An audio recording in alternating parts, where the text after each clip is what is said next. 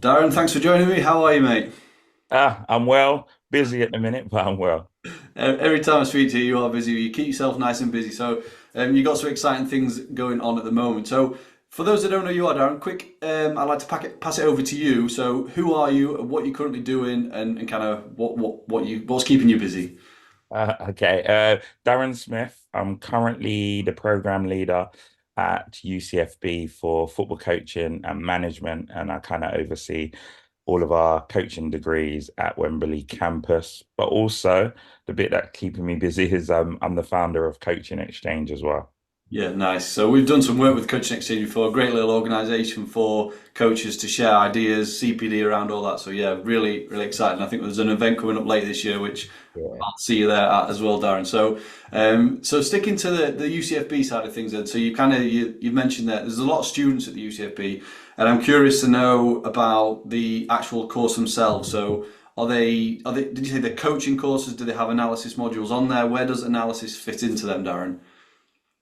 I think before I get into the actual modules and the Mm. courses, I think analysis has got a lot bigger over probably the last 10 years. It was there, but I think it's been more accessible when we've got Monday Night Football, for example, analyzing teams. I don't think we had that sort of in-depth analysis of football matches in front of us and accessible to us. So I think it's been a career path that's become more popular. And I think our degrees at UCFB needed to reflect that. So on the football coaching and management degree, we've got various modules that the students go through, I guess as an intro, but then for the ones that really want to take it up, we've got our master's pathway. But we use analysis, whether it's from tactics and strategies and looking at how teams shape up and kind of the coaching decisions that go along with the evidence that are gathered by the analysis team, to looking at coach behaviors and analyzing what coaches do, kind of to look at their own development and understanding the impact they may have on the players. So instead of just looking at a session or the game, we're actually looking at the coaches and their interventions and their mannerisms and kind of the technical detail that they put in. And it's a great tool to reflect on your own performance, not just the players. So yeah, across our specifically two different degrees in football coaching and talent development and football coaching and management, we kind of have isolated analyst modules for the students that really want to take that further. And we've got a great analysis department that's led by Dan Badu, who kind of supports the students, looks at internships for the ones that really want to pursue it as a career.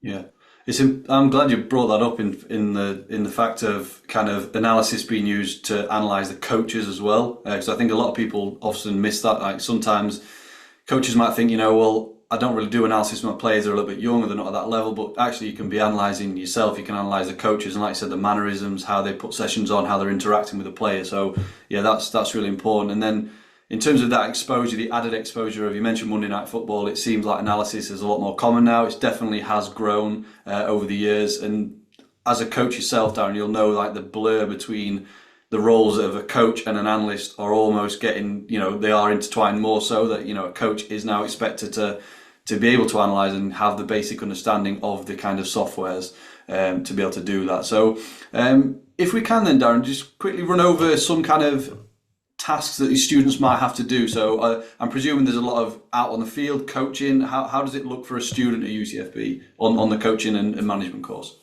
There's two sides of it. So it's kind of gathering that evidence. So the students on our program gets an opportunity to use one of the types of cameras, whether it's I'm not mentioning any companies' names, different companies' names, but also actually just getting on a camcorder, because I think sometimes we get lost with we have to have all this expensive equipment, but in reality, you can just have a camera, whether it's your iPhone or whether it's just a camcorder set up by the side of the pitch. So we get the students to actually do that real kind of what are you trying to capture and what viewpoint? Because when we're looking at coaching and being on the sideline, you have just that one certain viewpoint, and you often see assistant coaches, assistant managers high up in the stand Yeah. looking at the game, and then they come down and give that information or getting, I think I think rugby do it really well in terms of their viewpoint of being able to see the whole field of play. So it's really important that the students understand that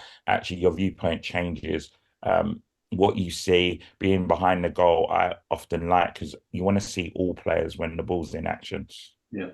So the students actually get out and actually get to film, whether it's within our own practicals, but actually we have lots of placements where the students go out with professional, semi-professional, non-league clubs and get to record games or training sessions. So there's that element of it. But then when we get into our analysis lab, it's okay, let's break down the game, the training session. What are we looking for? What are the kind of KPIs to the session?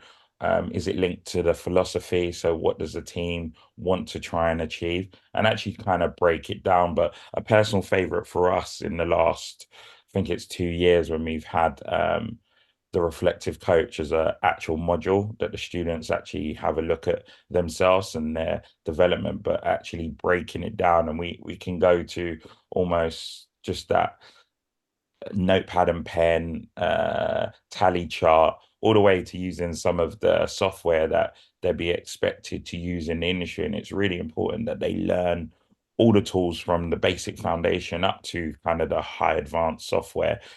So things can go wrong. If you're trying to code a live game, things can go wrong. Yeah. And they need to have all the tools that they can cope with that. So we try and teach them all of it that actually you can go anywhere and just analyze a game from having a notepad and pen to actually doing live coding on your laptop. So that we try and replicate that in the workflow of our lectures, and it's actually a practical hands-on instead of just learning from core text and being lectured to. We try and, especially with the analysis modules, make it into a workshop that they're actually doing. Mm, nice. Nice. So I want to ask you then, Darren, where does in-play online fit in? So you guys have been using in-play for a couple of years. Just curious to know where that fits in with the modules, how the students use it, but also then why you chose in-play and why you continue to use it really. I'm going to go with why I chose in play first because that Mm, takes us back to kind of when we first started using in play, and that was during the COVID times. yeah. And that was the biggest challenge for us that we were teaching online, which meant the students couldn't come into the lab. Um, Students were working from home. So one of the big pluses for us and in play was the usability on any sort of device that the students had, whether it was Windows, whether it was Macs and tablets and stuff. So I think that was one of the key things for us, that it was usable for everyone and being more inclusive.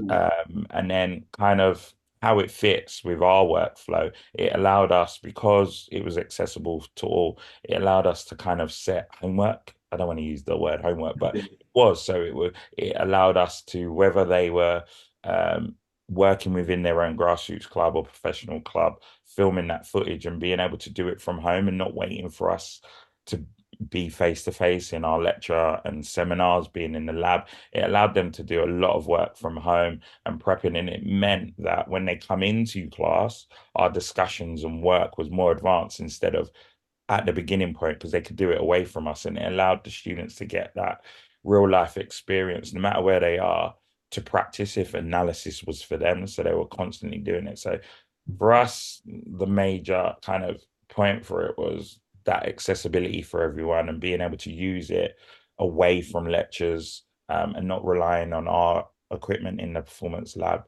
or students renting it out. It's something they could do at home. Yeah, perfect.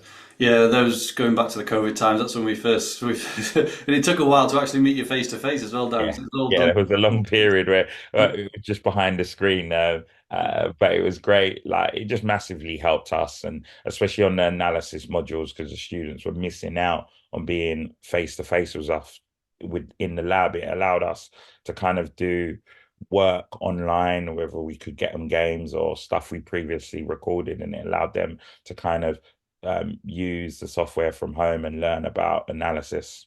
Yeah, nice. I'm cautious of time because I know you got to shoot down. One last question before you do. So I like to ask for a bit of advice for students then. So, and this goes just for general to a student that's looking to get a career in sport. What would you say, whether that's a coach, an analyst, or whatever? What advice would you be able to pass on to those kind of people?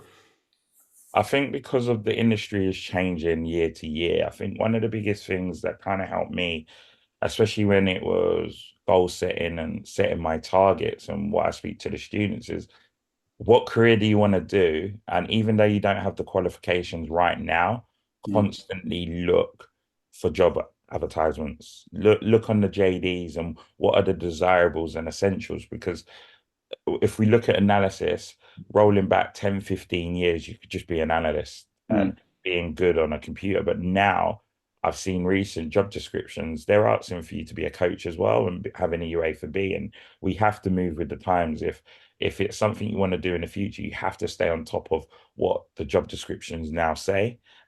Are they changing over time? And having a look at, well, if I haven't got that qualification or that experience, how can I go out and kind of get a placement to learn about it? Because yeah, it's constantly changing for everyone. So for me, that would be it, like stay on the pulse of what the current industry says now, but also how is it changing and what is it going to look like in 4 years' time when I am qualified? But mm. have I kind of stood still because I'm looking at job descriptions from 6 years ago and now I'm qualified? Actually, they want more or they want something different. So for me, trying just working as a student or just someone that wants to break into the industry, constantly have a look at the jobs and what they actually want.